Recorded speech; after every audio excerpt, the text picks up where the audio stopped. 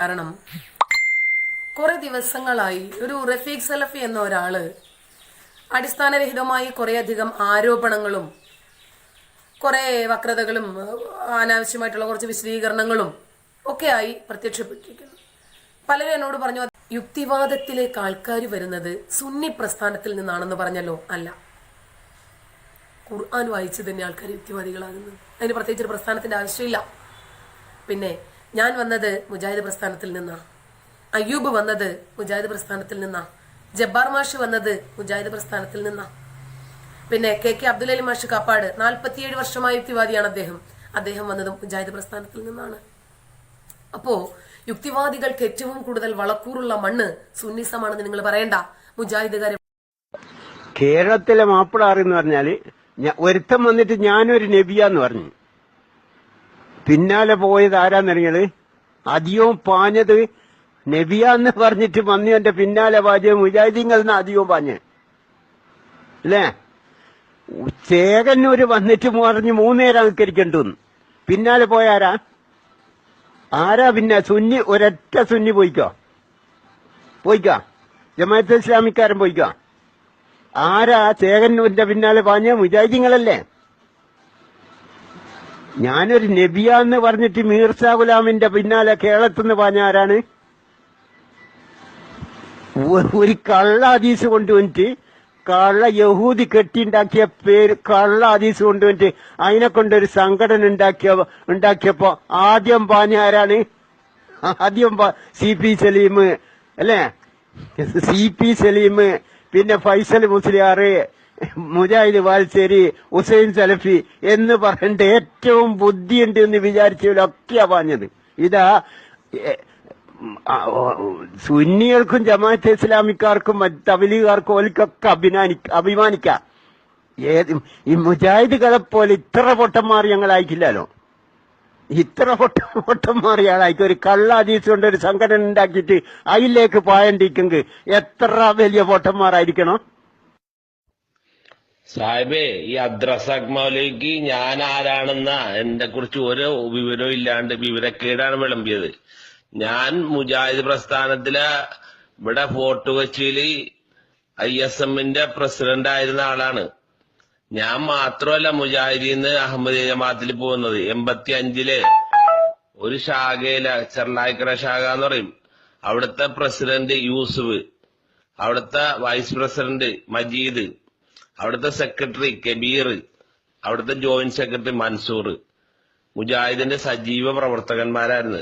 പ്രസിഡന്റും സെക്രട്ടറിയും വൈസ് പ്രസിഡന്റും ജോയിന്റ് സെക്രട്ടറിയും. മനസ്സിലായില്ലേ? ഞാനിവിടെ കുന്നുംപുറ യൂണിറ്റിലെ പ്രസിഡന്റ് ആയിരുന്നു മുജാഹിദിന്റെ. അപ്പൊ ഒന്നും അറിയാണ്ട് വെറുതെ എന്തെങ്കിലും പറയില്ല. അന്നത്തെ പ്രവർത്തകന്മാർ ഇന്നുകൊണ്ട് വേണമെങ്കിൽ അവർക്ക് വല്ല മട്ടാഞ്ചേരിയിലെ മുജാഹിദീങ്ങളായിട്ട് ബന്ധമുണ്ടെങ്കിൽ വിളിച്ചു ചോദിക്കും. വടതലുംബർക്കാന്ന് പറഞ്ഞ ആളെ അറിയാത്തവരാരും ഉണ്ടാവില്ല. മുജാഹിദ് സ്റ്റേറ്റ് കമ്മിറ്റിയിലൊക്കെ പ്രവർത്തിക്കുന്ന ആളാണ്. ഇവിടെ ഇപ്പോഴും ഉണ്ട്, ആള് ജീവിച്ചിരിപ്പുണ്ട്. മൂപ്പരോടൊന്ന് ചോദിച്ചു നോക്ക്, വടതലുംബർക്ക കേട്ടാ.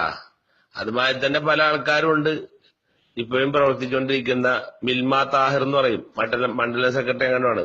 അവരോടൊക്കെ ഒന്ന് വിളിച്ചു നോക്കി, നാസർ ഏത് വിഭാഗത്തിൽ നിന്നാണ്? മുജാഹിദീന്നാണ്, സുന്നിന്നാണ്, ഏരിന്നാണ് അഹമ്മദി ആയെന്ന്. സൽസബീൽ എന്ന് പറഞ്ഞ പള്ളി, അന്ന് പള്ളിയൊന്നും അല്ല, ഒരു ഓടിട്ട ഷെഡായിരുന്നു. അന്ന് ഞാനൊക്കെയാണ് അവിടെ ഇമാമത്ത് വായിച്ചിരുന്ന മുജാഹിദില്. മനസ്സിലായില്ലേ? എന്തെന്ന് ഒന്നും അറിയാണ്ട് പിന്നെ ഞാൻ മുജാഹിദാണോ സുന്നിയാണെന്നാണ് അബ്ദുറസാഖ് മൗലവിയാണ് തീരുമാനിക്കണത്.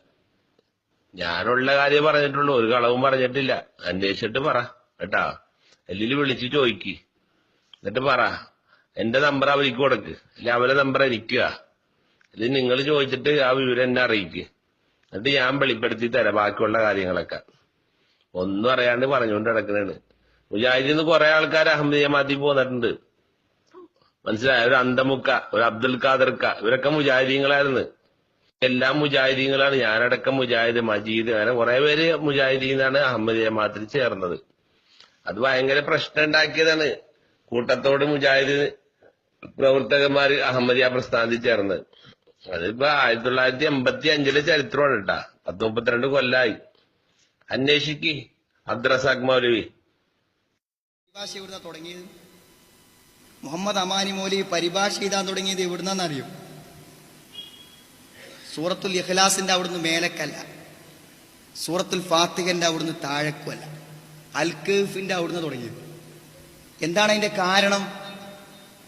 അമാനിമോലിന്റെ പരിഭാഷയുടെ ചരിത്രവും പരിഭാഷ വായിച്ചു കൊടുക്കുക. എന്താ കാരണം എന്നറിയുന്ന കാരണം, അതായത് അന്നത്തെ വളരെ പ്രഗത്ഭനായിരുന്ന ഇസ്ലാമിനെ അങ്ങേയറ്റം സ്നേഹിച്ചൊരു പണ്ഡിതനായിരുന്നു CN അഹമ്മദ് മൗലവി.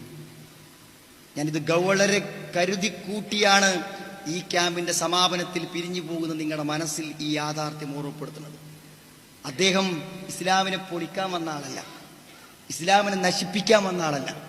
അദ്ദേഹം എഴുതിയ ഗ്രന്ഥങ്ങളും ലേഖനങ്ങളുടെയും ലക്ഷ്യം നമ്മൾ കാണുമ്പോൾ ഇസ്ലാമിനെ ലോകത്തിന് എത്തിക്കണമെന്ന അടങ്ങാത്ത ആഗ്രഹം ഉണ്ടായ ആളാണ് അദ്ദേഹം.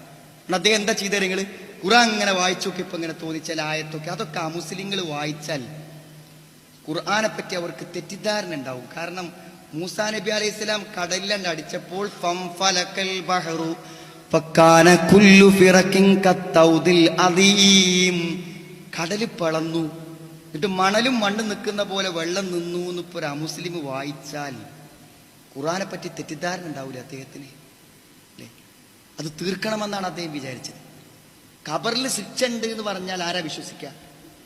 മനുഷ്യൻ ദ്രവിച്ച് അടങ്ങിപ്പോകുന്ന ഖബറിൽ ശിക്ഷ ഉണ്ടെന്ന് വ്യാഖ്യാനിക്കേണ്ടത്, വിശദീകരിക്കേണ്ടത് സഹോദരങ്ങളെ. സുലൈമാൻ നബി എന്ന മഹാനായ ഒരു പ്രവാചകൻ ഉറുമ്പുകളോട് വർത്താനം പറഞ്ഞു എന്ന് പറഞ്ഞാൽ ഇതൊരു അന്ധവിശ്വാസത്തിന്റെ ഗ്രന്ഥാന്ന് ആൾക്കാർ വിചാരിക്കൂലേ? അദ്ദേഹം അതിനൊക്കെ സുന്ദരമായി വ്യാഖ്യാനിച്ചു. വേലിയിറക്കുണ്ടായപ്പോ മൂസാ നബി പരിചയസമ്പന്നനായ ആട്ടിടയൻ വടിയും കുത്തി അങ്ങനെ ഉണ്ട് കടന്നുപോയി, അല്ലേ? കേൾക്കുമ്പോൾ എന്ത് മനോഹരമാണ്. ഏത് ബുദ്ധിക്ക് ഉൾക്കൊള്ള.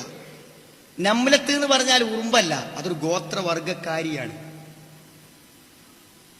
അല്ല ഉറുമ്പിനോട് വർത്താനം പറഞ്ഞു, ഒരു ഗോത്രവർഗക്കാരിയോട് വർത്താനം പറഞ്ഞു. മനസ്സിലാണല്ലേ? എന്തൊരു സുന്ദര വ്യാഖ്യാനാണ്. ഇതാണ് CN അഹമ്മദ് മൗലവി കൊടുത്ത വ്യാഖ്യാനം. അതിന്റെ സൗന്ദര്യം അങ്ങോട്ട് പറഞ്ഞിട്ട് അയാൾക്ക് അവിടെ മതിയാണില്ല. CN അഹമ്മദ് മൗലവിന്റെ ബഹുമാനം പറഞ്ഞപ്പോഴേക്ക് ഇവിടെ രണ്ട് പ്രവാചകന്മാരും പടച്ചോനൊക്കെ ഒരു വാത്തായി പോയി. അഹമ്മദ് മൗലവിയുമായി നമ്മളേറ്റുള്ള പണക്കെന്താ? അദ്ദേഹത്തെ നമ്മൾ പുറത്താക്കിയതല്ലോ. അദ്ദേഹത്തിന് ഖുർആൻ പരിഭാഷ വായിച്ച് എത്ര ആൾ മുജാഹിദായിട്ടുണ്ട്? അയാൾ മതം പൊളിക്കാൻ വന്ന ആളല്ല CN. മതത്തിലേക്ക് ആളെ കൂട്ടാൻ വേണ്ടിയിട്ട് ദേശീയ മുസ്ലിങ്ങളെയും അതുപോലെ പുരോഗമന മുസ്ലിങ്ങളെയും ഒക്കെ പാടുന്ന് കൂട്ടിപ്പിടിച്ച് ഇതിൽ ചേർക്കാന്ന് വിചാരിച്ചുണ്ടാക്കിയ വ്യാഖ്യാന. മൂസാ നബി വടികൊണ്ടടിച്ചിട്ട് ചെങ്കടൽ പിളർത്തിയിട്ട് അവിടെ ഒരു വരണ്ട വഴി ഉണ്ടായിട്ട് ഫിറൗൻ മൂസാ നബിയും കൂട്ടി അക്കരെ കടന്നാണ്. അത് മോഡേണിസ്റ്റ് വിശ്വസിക്കൂല. അപ്പൊ ഓന്റെ ബുദ്ധിക്ക് കൊള്ളണമാതിരി മൂപ്പരതിൻ്റെ എന്താണ് വ്യാഖ്യാനിച്ച്. അതെന്താ? വേലിയേറ്റവും വേലിയർക്കൊക്കെ നേരെ മനസ്സിലായിരുന്ന ആളാണ് മൂസാ നബി. വേലി ഇറങ്ങിയ നേരം നോക്കിയിട്ട് ആ വടി ഇങ്ങനെ നോക്കി ആയം കുറഞ്ഞ അസുഖം ഇങ്ങനെ കുത്തി അപ്പുറത്തന്നെ എത്തിയതാണ്. നല്ല വ്യാഖ്യാനായി. എത്ര പേജ അമാനിമോലിയും അലിമോലിയും വ്യാഖ്യാനിച്ച്. അതുകൊണ്ടാണ് ഈ കൗഫിംഗെന്ന് തുടങ്ങിയത്. നമ്മളെ പരിഭാഷ അൽ ബഹ്റി എന്നല്ലല്ലോ തുടങ്ങിയത്, കൗഫിംഗെന്നാ തുടങ്ങിയത്. കാരണം ഇയാളെ ദുർവ്യാഖ്യാനം അതിന്റെ പരമകോടിയിലെത്തി. അൽ കൗഫും താഹയൊക്കെ വന്നപ്പോഴത്തിന് ഇനി വിട്ടുകൂടാന്നാണ് അവിടുന്ന് തുടങ്ങി. നമ്മൾ പറഞ്ഞു അങ്ങനെ തുടങ്ങിയതാ. അമാനിയുടെ പരിഭാഷ വെച്ചാൽ നമുക്ക് മനസ്സിലാവുമല്ലോ. പക്ഷെ ഇപ്പോഴും CNism മനസ്സിൽ നിന്ന് പോകാത്ത കുറെ ആളുകളുണ്ട്. കോഴിക്കോടുണ്ട്, തലശ്ശേരിയുണ്ട്, കണ്ണൂരുണ്ട്, പാലക്കാടുണ്ട്, എല്ലായിടത്തും ഉണ്ട് കുറച്ച് CNism തലയിലുള്ള. ഓലിപ്പത്തിന്റെ ഇടയിൽ ഇങ്ങനെ ഫിത്തന ഉണ്ടാക്കി കൊണ്ടിരിക്കുക. ഓലിക്ക് ഇപ്പോഴും സീറ് ഫലിക്കുന്നൊന്നും പറഞ്ഞാൽ ഓൽക്ക് അങ്ങ് കേറുന്നില്ല. അത് ഇങ്ങനെ ഒരു വിരണ്ടികളിയാ. കാരണം CNism തലയിൽ നിന്ന് പോയിട്ടില്ല. ഖുർആനെ സഹാബികൾ വ്യാഖ്യാനിക്കണം എന്ന് പറഞ്ഞാൽ അവർക്ക് അങ്ങ് കേറുന്നില്ല. അതുകൊണ്ട് ഖുർആൻ വ്യാഖ്യാനത്തിനും ഹദീസുകൾ മനസ്സിലാക്കുന്നതിനുമൊക്കെ സഹാബികൾ എങ്ങനെയാണോ മനസ്സിലാക്കി അതുപോലെ തന്നെയാണ്. ഇതൊക്കെ സുഹൃത്തുക്കളെ ഇപ്പൊ സംഘടന വളർന്നപ്പോൾ ഉണ്ടായതല്ലേ എന്നാണ് ചില ആളുകളെ ചോദ്യം. മടവൂരികൾ ആ ചോദ്യം ചില നമ്മളാളുകളെ മനസ്സിലുണ്ട്. പിന്നെ ഈ സംഘടന വളരുമ്പോൾ മാതൃസംഘടനയുടെ ഒപ്പം ഔദ്യോഗിക പക്ഷത്തിന്റെ ഒപ്പം നിൽക്കുക എന്നുള്ളൊരു മാന്യത എന്നുള്ള ആൾക്ക് കുറെ ആൾ ഇതിന്റെ കൂടെ വന്നിട്ടുണ്ട്. സംഗതി മനസ്സിലായിട്ടൊന്നുമല്ല. പിന്നെ കുറച്ചാളിങ്ങനെ ഒരു തൂക്കം നോക്കി നിന്നു. എവിടേക്കാണ് പോണം? അല്ല ഞാനിപ്പോ ഇങ്ങനെ ഉരുണ്ടി കളിച്ച് തൂക്കം കിട്ടാണ് എറണാകുളം സമ്മേളനത്തിൽ കണ്ട വന്നാൽ ഞാൻ കിട്ടുന്ന ആളാ എന്ന് തീരുമാനിച്ചോലും ഉണ്ട്. ഓർക്കൊന്നും ഇപ്പോഴും ഇത് തിരിഞ്ഞിട്ടില്ല. എന്താന്ന് തിരിയാഞ്ഞാ പറ്റൂല. കാരണം ഇനിയും പ്രതിസന്ധികൾ വരും. ഇനി ചീത്താമിഷം വന്നപ്പോൾ ഓരോരുത്തർ ബേജാറായിട്ട് എന്നെ ചിലടത്തൊക്കെ പ്രസംഗിക്കാൻ വിളിച്ച് ഞാൻ പറഞ്ഞു ഞാൻ പ്രസംഗിക്കാനൊക്കെ വരാം, പക്ഷെ ഞാൻ പ്രസംഗിച്ച് പോകുന്ന ശേഷം പിന്നെ നിങ്ങൾ തമ്മിൽ അഭിപ്രായ വ്യത്യാസമായിട്ട് തല്ലുണ്ടാകാൻ പാടില്ല. ഒരു KNM തമ്മിലും ഐസം തമ്മിലും അത് പറ്റുമോ? അതുകൊണ്ട് ആദ്യം നിങ്ങൾ ആ വിഷയം ഒന്ന് പഠിക്കി, എന്നിട്ട് ഞാൻ വരാം. നിങ്ങൾ നമ്മളെ പ്രവർത്തകർക്ക് വേണ്ടി മാത്രമാണ് ഞാൻ ആദ്യം വരെ, പ്രശ്നമൊന്നുമില്ല എന്ന് പറഞ്ഞാൽ നമ്മളെ ആളുകൾക്ക് വിഷയം തിരിഞ്ഞിട്ടില്ല. ഇപ്പോഴും തിരിയാത്തവരുണ്ട്. അത് ചർച്ച ചെയ്യാന്നുള്ളത് അവർക്ക് പേടിയാ. അതിപ്പോ നമ്മൾ പറയണ്ട, അത് നമ്മൾ എന്നിട്ട് ബേജാറാ. എന്തിനാ ബേജാറാണ്? അഭിപ്രായ വ്യത്യാസങ്ങളെ കുറിച്ചുള്ള നമ്മുടെ നിലപാടെന്താ? സലഫുകളുടെ നിലപാടെന്താ? അഭിപ്രായ വ്യത്യാസം മൂടി വെക്കുക, അഭിപ്രായ വ്യത്യാസങ്ങൾ പറയാതിരിക്കുക. അത് ജമാഅത്തെ ഇസ്ലാമിന്റെ നിലപാടാ. അഭിപ്രായ വ്യത്യാസങ്ങൾ മൂടി വെക്കലോ മാറ്റിവെക്കലോ നമ്മളെ രീതിയല്ല. നമ്മളെ രീതി അഭിപ്രായ വ്യത്യാസങ്ങളെ പ്രമാണങ്ങളുടെ അടിസ്ഥാനത്തിൽ ധീരമായി പരിശോധിക്കലാണ്. എന്നും എക്കാലത്തും നമ്മൾ ചെയ്തിട്ടുള്ളതാണ്. ആർക്കാ ഇപ്പോ വിചിന്തനത്തിൽ വണ്ടൂർ വാദപ്രതിവാദത്തെ കുറിച്ചുള്ളത് വായിക്കില്ല നിങ്ങള്? ചേകനൂർ പ്രത്യക്ഷപ്പെട്ട സമയത്ത് ചേകനൂരിനെ എതിർക്കുന്നതിൽ അഭിപ്രായ വ്യത്യാസം ഉണ്ടായിരുന്നു മുജാഹിദ് പ്രസ്ഥാനത്തെ വിചിന്തനത്തിൽ നിങ്ങൾക്ക് കാണാം. അങ്ങനെ ഇപ്പൊ ചേകനൂരിനെതിരെ വാദപ്രതിവാദമൊക്കെ നമ്മൾ നടത്തണം. അയാൾ പോണേക്ക് പോട്ടെ എന്ന് വെച്ചാൽ പോരെ എന്നൊരു പ്രബല വിഭാഗം നമ്മളിൽ ഉണ്ടായിരുന്നു. പക്ഷെ അതല്ല, അയാളെ നേരിടണം എന്ന് തീരുമാനിക്കുകയും നേരിടുകയും ചെയ്തു.